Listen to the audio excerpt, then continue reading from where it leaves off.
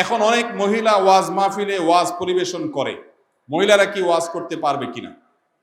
ভাইরা আমার, আল্লাহ তাআলা প্রত্যেককে যার যার মতো করে সৃষ্টি করেছেন, তার কাজের পরিমণ্ডলও আল্লাহ তাআলা ঠিক করে দিয়েছেন। মা বোনরা অবশ্যই নসিহত করবেন, ওয়াজ করবেন, সেটা হলো নিজেদের আঙ্গিনার মধ্যে নিজেদেরকে।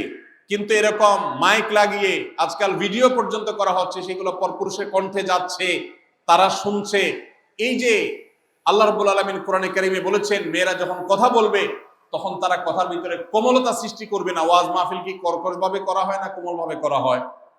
কোরআন তেলাওয়াত কি কর্কশ ভাবে করা হয় না মিষ্টি সুরে করা হয়? তাহলে একজন নারী যখন এভাবে পরপুরুষের সামনে মাইকে ওপেন জায়গায় তিনি যখন তেলাওয়াত করবেন এভাবে, তখন সেটা অবশ্যই গুনাহের কথা। এটা ইসলাম প্রচার নয়, এটা শয়তানের প্রচার, শয়তানির প্রচার। অতএব এই ওয়াজ মাহফিল, এটা ওয়াজ মাহফিলের নামে ফিতনা। তারা তাদের আঙ্গিনায় তাদের মতো করে তারা দাওয়াতের কাজ করবেন।